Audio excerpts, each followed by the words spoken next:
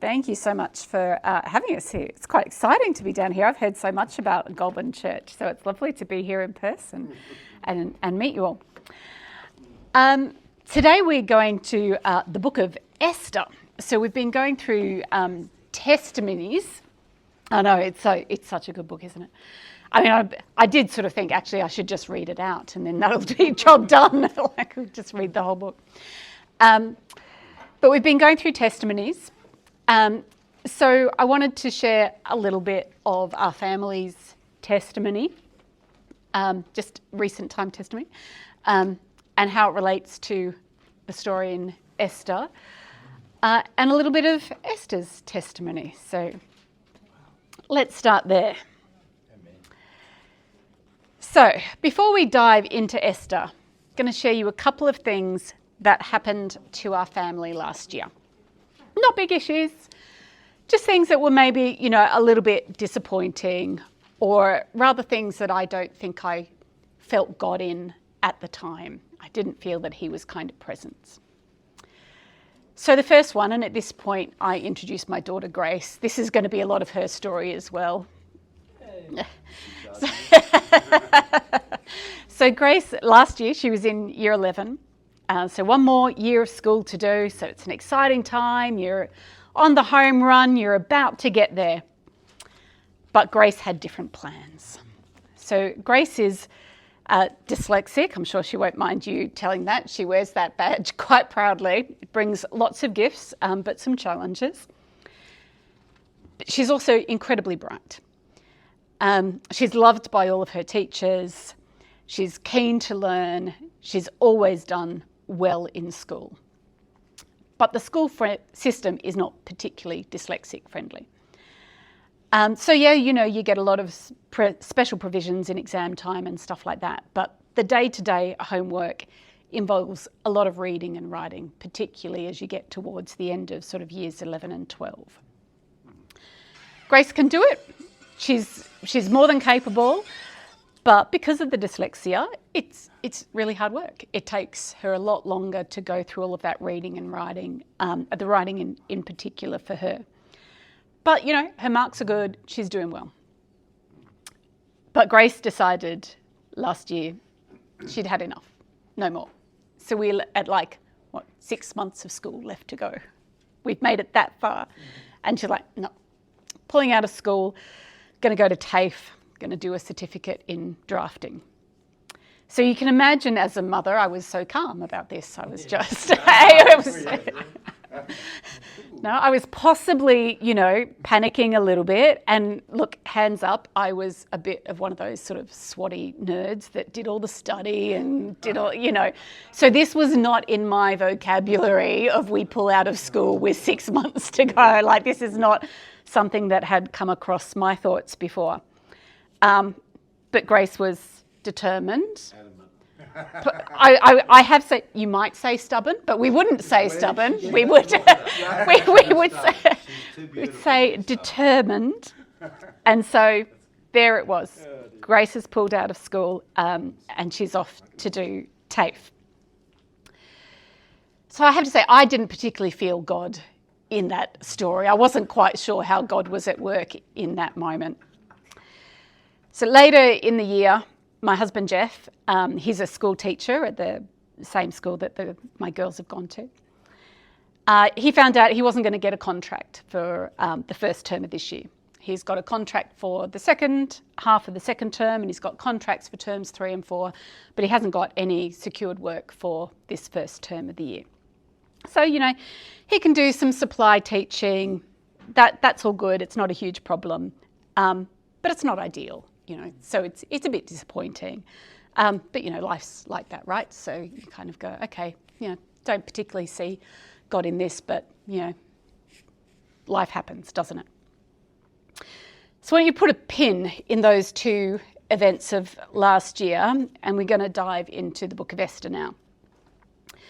So the story of Esther takes place in the reign of Xerxes. So Xerxes was one of the most powerful kings of his time. He reigned over 127 provinces. So under Xerxes, the Persian Empire was at the height of its size and strength. It had 2.1 million square miles of land. His army was said to be something between 70,000 but as much as sort of 300,000 men. And if you, I've got some maps. I wasn't sure how we did pictures and stuff like that here, so I printed out a couple in case people wanted to have a look. But basically, in his time, that was his empire, and we'll hand them around. So we've got over here, this is Ethiopia, or Kush, they call it, and the empire went right through the Mediterranean, right through Iran, Iraq, right down through to India. So this is a huge empire. I'll leave those there if you want to have a look, if you're interested to see the size. It was huge. One of the most powerful dynasties ever. So he was powerful. He was a powerful man. And the way they showed power in those days, and you might even say today, was to throw a big party, to show off all of your wealth, and in particular to show that you didn't need to be out fighting, that you had your big empire under control and it was party time. You as the king could sit back, kick your feet up. So Xerxes throws a party for 180 days, so 4 to 5 months of partying. He was a wealthy, wealthy man. And then when he was done, he decided to throw another party. So he threw another party for 7 days, just to top it all off at the end. So 187 days of partying. And this is where Esther comes into the story at this point in his reign. So, who is Esther? Esther is a Jew in exile. So the Jews have been exiled since 586 BC. And by the time we get to Esther, so around sort of 483 BC, some Jews had returned back to Jerusalem, but many stayed in exile. And while in exile, we've got some examples in the Bible of Jews like Daniel that really stood firm to their faith and refused to lose their Jewish identity. But the more common story was a story like Esther's, that the Jews were effectively sort of assimilated into the culture around them. So yes, they were Jewish, but they were living in the world around them. And, you know, they were going to these parties that Xerxes was throwing just like everyone else. So it's a bit like being a Christian today. We are living in exile in a foreign land. We're not of this place. We're of a different place. We have a sense that the world around us is different. And we don't want to be like the world around us. We know that we're set apart, but that can be a hard balance, you know. It's often an ongoing challenge that we have to hold firm to our faith and not let the world around us influence us too much. I'm sure many of you have been doing our 40 days of prayer and fasting. Yep. So the thing that I fasted from this year was social media, because more than anything else, I felt that I had got into a habit of it was taking up too much time. And despite the number of Christian people I followed and, you know, having a lot of Christian friends in my sort of social media circle, content was starting to creep in that made me feel uncomfortable. And I was like, I need to take this 40 days to reset and extract myself from that world, because I could feel myself on a slippery slope.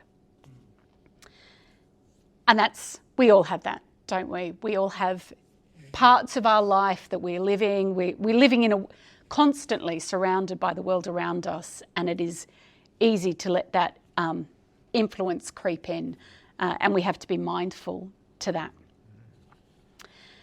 And that was like Esther and her uncle Mordecai. So they'd been definitely assimilated into the culture around them. And while they were Jewish and they wanted to be Jewish, they were proud of their Jewish heritage, it was something that they could quite easily hide when they wanted to. Lots of people didn't know they were Jewish. Now, the other thing we need to remember about Esther was she was beautiful, like really, really beautiful. We don't have any descriptions of her, but the way she's treated in the story and what happens to her highlights just how beautiful she was. So, Xerxes has a falling out with his queen.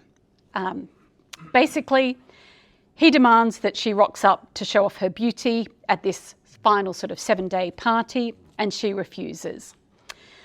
So this is where we're going to start diving into Esther. So if we go to Esther 1, and we'll just do 10 to 12. On the 7th day, so this is the 187 days of partying later, on the 7th day, when King Xerxes was in high spirits from wine, he commanded the 7 eunuchs who served him, Mehuman, Bistha, Habornan, Bigtha, Abachtha, Zestha, and Carcass.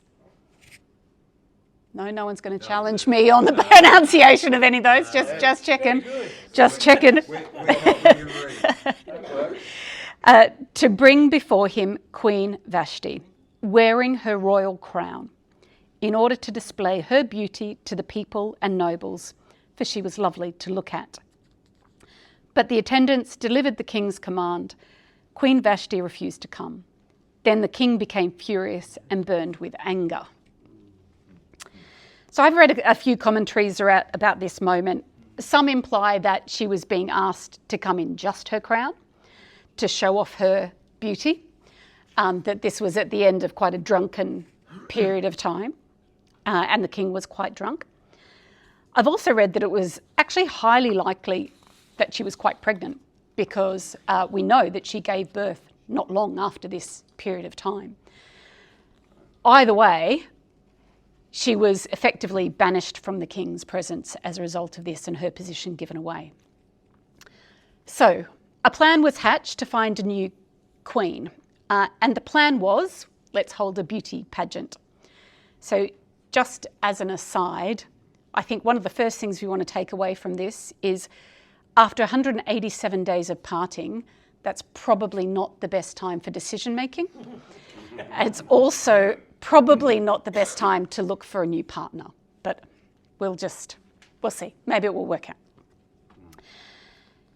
Thankfully, here is Esther, beautiful as can be, and she enters the pageant, hiding her Jewish identity, which possibly unfortunately wasn't hard, but she was able to do that easily.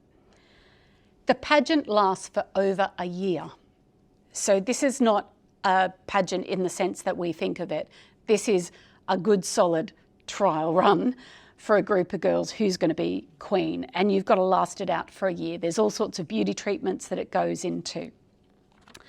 But in Esther 2:17, we read, "Now the king was attracted to Esther more than any of the other women, and she won his favour and approval more than any of the other virgins. So he set a royal crown on her head and made her queen instead of Vashti." So there she is. Despite living in exile in a foreign land, she's been elevated to this position of queen. So early in this period of Vashti being queen, her uncle Mordecai overhears a plot to assassinate the king. He tells Esther, Esther tells the king, and the plot is thwarted. Put a pin in that. We need to remember that for later. So life is good, but it doesn't continue like that. There's a palace official, Haman, and he hates Mordecai and all the Jews, and he convinces the king to order a decree. And this is the decree. If we go to Esther 3, verses 8 and 9. Then Haman said to Xerxes, "There is a certain people dispersed among the peoples in all the provinces of your kingdom who keep themselves separate. Their customs are different from those of all other people, and they do not obey the king's laws. It is not in the king's best interest to tolerate them. If it pleases the king, let a decree be issued to destroy them, and I will give 10,000 talents of silver to the king's administrators for the royal treasury." So it was a bribe, But B, I think that the really important thing is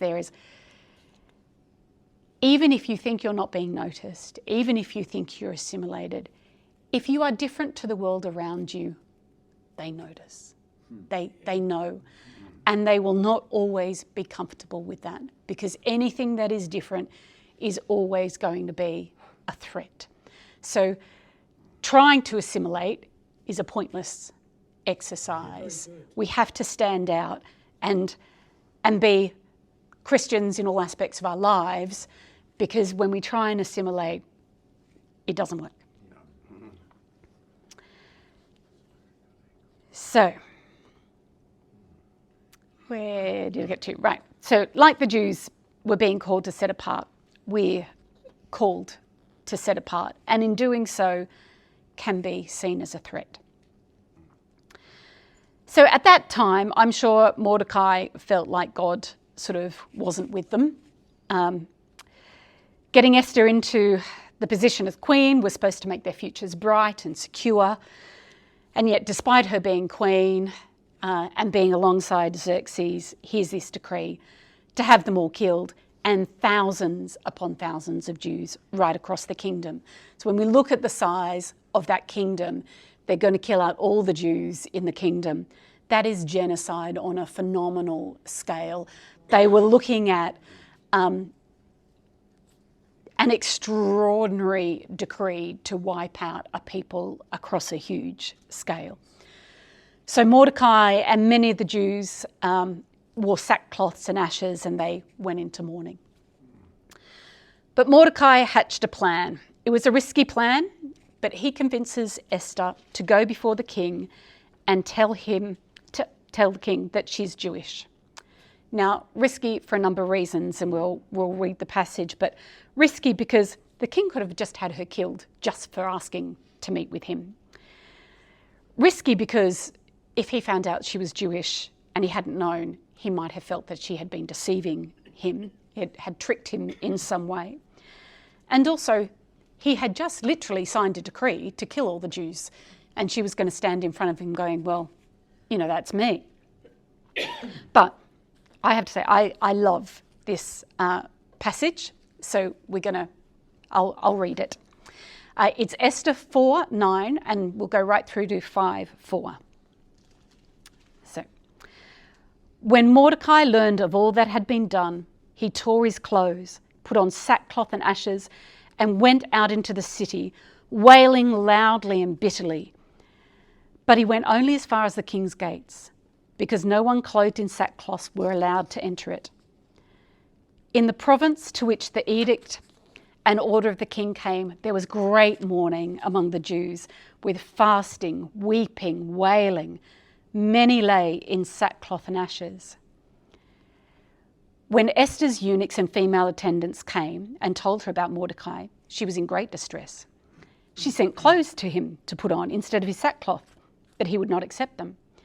Then Esther summoned Hathach, one of the king's eunuchs assigned to attend her, and ordered him to find out what was troubling Mordecai and why. So Hathach went out to Mordecai in the open square in the city in front of the king's gate. Mordecai told him everything that had happened to him, including the exact amount of money Haman had promised to pay into the royal treasury for the destruction of the Jews. He also gave him a copy of the text of the edict for their annihilation, which had been published in Susa, to show to Esther and explain it to her. And he told him to instruct her to go into the king's presence to beg for mercy and plead with him for her people. Hathach went back and reported to Esther what Mordecai had said. Then she instructed him to say to Mordecai, all the king's officials and the people of the royal provinces know that for any man or woman who approaches the king in the inner court without being summoned to the king has but one law, that they will be put to death unless the king extends the gold scepter to them and spares their lives. But 30 days have passed since I was called to go to the king. When Esther's words were reported to Mordecai, he sent back this as an answer. Do not think that because you are in the king's house, you alone of all the Jews will escape. For if you remain silent at this time, relief and deliverance for the Jews will arise from another place. Amen. But you and your father's family will perish. And who knows but that you have come to your royal position for such a time as this?"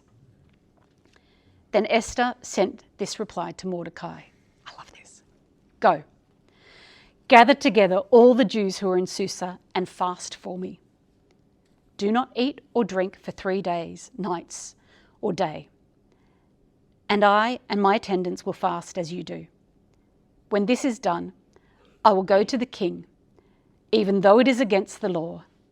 And if I perish, I perish." So Mordecai went away and carried out all Esther's instructions. On the 3rd day, Esther put on her royal robes and stood in the inner court of the palace in front of the king's hall. The king was sitting on his royal throne in the hall facing the entrance. When he saw Queen Esther standing in the court, he was pleased with her and held out the gold scepter that was in his hand. So Esther approached and touched the tip of the scepter. Then the king asked, "What is it, Queen Esther? What is your request? Even up to half a kingdom, it will be given to you." "If it pleases the king," replied Esther, "let the king, together with Haman, come today to a banquet I have prepared for him." Now, I know that's a long section to read through, but it's nail-biting stuff. This was a moment where either way, tragedy was there. Whatever happened, she would have been looking at this going, I could die or I could die. Either my people are going to be wiped out, or I'm going to be standing in front of the king. He hasn't asked for me for 30 days. She wouldn't have known why. I'm going to walk up there and I'm going to declare my faith in front of this man. Which begs a question, when the chips are down, do we trust God to bring us through? And does God move in the ways that we expect him to? Well, let's see what happens. So Esther 5, we'll pick up at 5 and just go through to 8. "Bring Haman at once," the king said, "so that we may do what Esther asks." So the king and Haman went to the banquet Esther had prepared. As they were drinking wine, the king again asked Esther, "Now what is your petition? It will be given to you. And what is your request? Even up to half the kingdom it will be granted." Esther replied, "My petition, my request is this. If the king regards me with favour, and if it pleases the king to grant my petition and fulfil my request, let the king and Haman come tomorrow to the banquet I will prepare for them. Then I will answer the king's question." So she's being incredibly deferential and giving time to the king to make sure that she's on safe territory before she reveals that she is Jewish. So what happens after this? So Haman leaves the king's presence to go home, and he sees Mordecai, Esther's uncle, sitting at the gate, and he's infuriated that he's still alive. So he goes home, has a whining session with his wife, and arranges for a huge spike to be put in the courtyards for Mordecai to be impaled on. So gruesome kind of death, and very public. But that same night, the king was trying to sleep and he couldn't. So he started reading the Chronicles. And he reads of a time that Mordecai had thwarted the assassination. So remember, we put a pin in that right back at the very beginning of the time. And so in the morning, he says, "Was this person who saved me from assassination, were they ever properly thanked?" And he finds out that no, they were never properly thanked. So he goes and he puts great plans in place to honour Mordecai. And then Esther throws her second banquet. And we hear the story. We're going to skip ahead to Esther 7, 1 to 6. So the king and Haman went to Queen Esther's banquet. And as they were drinking wine on the second day, the king asked again, "Queen Esther, what is your petition? It will be given you. What is your request? Even up to half the kingdom, it will be granted." Then Queen Esther answered, "If I have found favour with you, your majesty, and if it pleases you, grant me my life. This is my petition, and spare my people, for this is my request. For I and my people have been sold to be destroyed, killed, and annihilated. If we had merely been sold as male and female slaves, I would have kept quiet, because no such distress would justify disturbing the king." King Xerxes asked Queen Esther, "Who is he? Where is he, the man who dared to do such a thing?" And Esther said, "An adversary and an enemy, the vile Haman." So, Xerxes gets Haman killed. And ironically, he's killed on the very spike he had just erected the day before for Mordecai. And an additional decree is made to prevent people acting out the decree to kill the Jews. So basically, the king can't undo his decree. So they effectively put out a second decree that sort of says, if you're one of these people seen acting on the first decree, you'll also be killed. So it's effectively, they're trying to find a way around it, but they managed. So the Jews are saved. And they killed all their enemies. Yes. That was the second decree. They could kill anyone who came against them. Yes. Just like now. So now, the fact of the sermon. In Esther, God is not mentioned once. It's called the secular book of the Bible. It's criticised for being focused more on the survival of the Jewish race than on God. So it poses a question for us. Do we see God in the book of Esther? Well, I think we can see God in the book of Esther.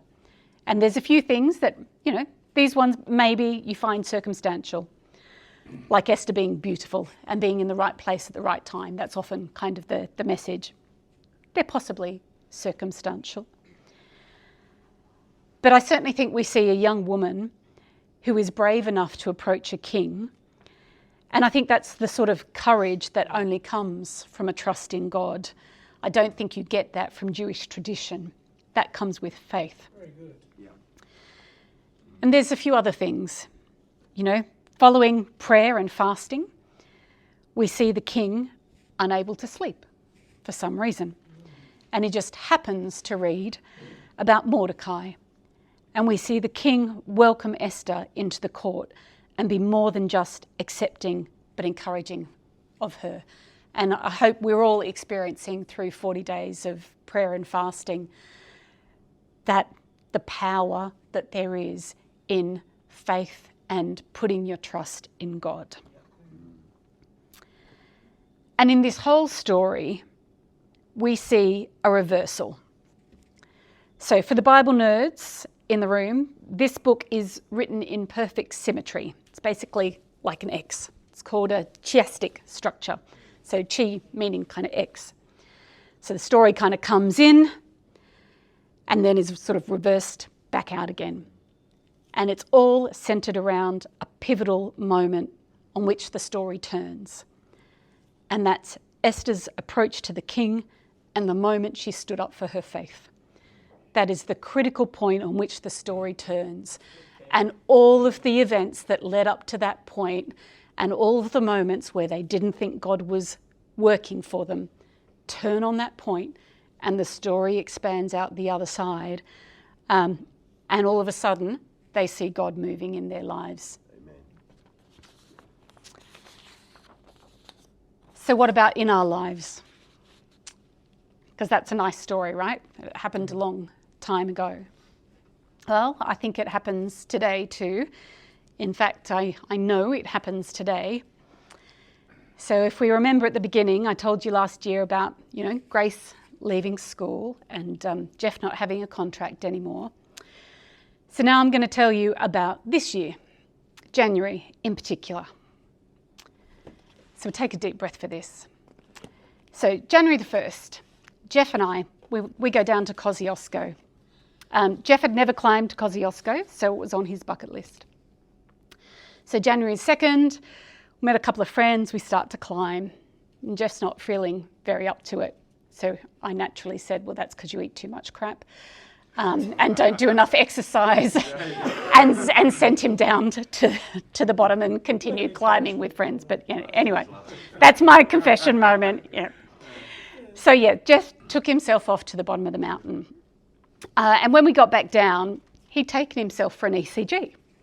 Like, right, okay, kept that quiet, but it was all clear. So we drove home. So it's, reasonable drive from Kosciuszko back to Mittagong. So the next day, January 3, Grace and I are off down to the gym. Jeff calls. I ignored the first call.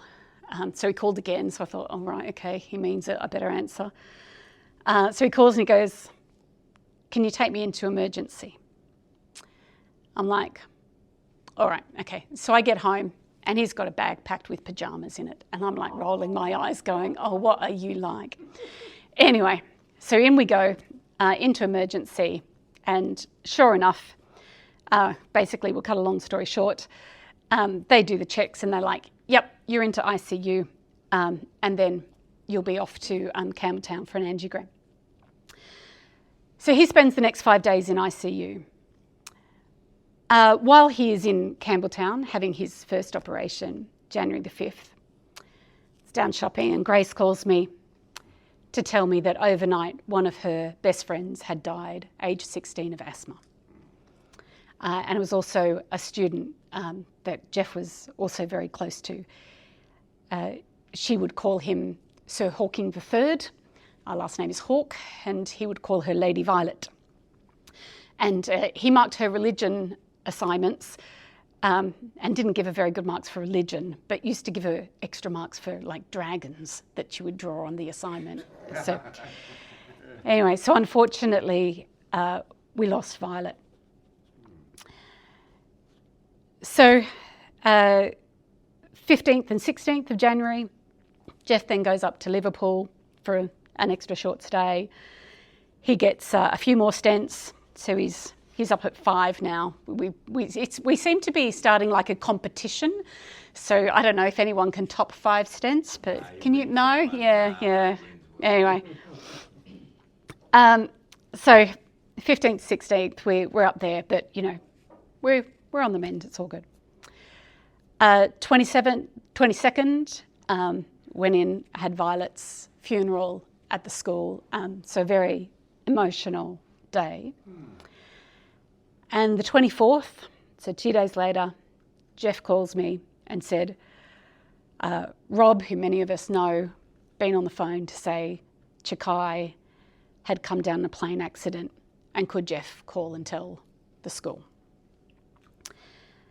And Chikai, who's a member of our church, died in a plane accident on the 24th, and he was also in Violet and Grace's year in Year 12. So they should have all been going into Year 12 together. And so on the 25th, we had a memorial at the school for Chikai because Year 12 was about to go back on the 29th. So that was January. By the end of January, I will be honest with you, I was a bit wrung out. I didn't have a lot more to give. But in amongst all of those health problems and all of that grief, I knew that God was with me.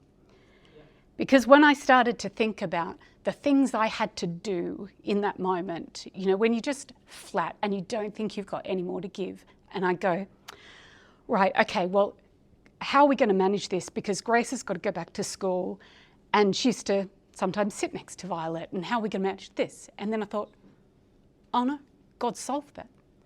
God had already taken Grace out of school and put her in TAFE. I didn't have to do anything because God had already moved beforehand. And when we thought about how is Jeff going to get back to work? You know, he's now got cardio club, he's still doing cardio club twice a week, doing all of that kind of stuff. I went, oh no, God solved that. He doesn't have a contract. He doesn't have to go back to work. God's given us this time for Jeff to recover. So while I couldn't feel God moving in the events of last year, when I really got to that point where I didn't have capacity to move myself and I was really hanging on to God, I didn't have to move because God had already been moving for me. He doesn't take away the pain, you know. We've all been grieving with Chakai's family. You know, there's still process for Jeff to go through and all of that kind of stuff. So, you know, he doesn't take away the pain. But he's in there, in that moment with us. And his plans for us are good. And if you can't feel God in your circumstances at the moment, I want to encourage you that you just haven't gone far enough through the story yet. The story will go like that. And there will be a moment and you will come out the other side and you say, I didn't see God in all of those things. But when you're out the other side, all of a sudden, all of the things where God was moving become clear. Yes. We're just not always far enough through the story. And so I want to finish with some prayer, because I really, believe that God is at work even in the midst of pain and hardship and all of those times.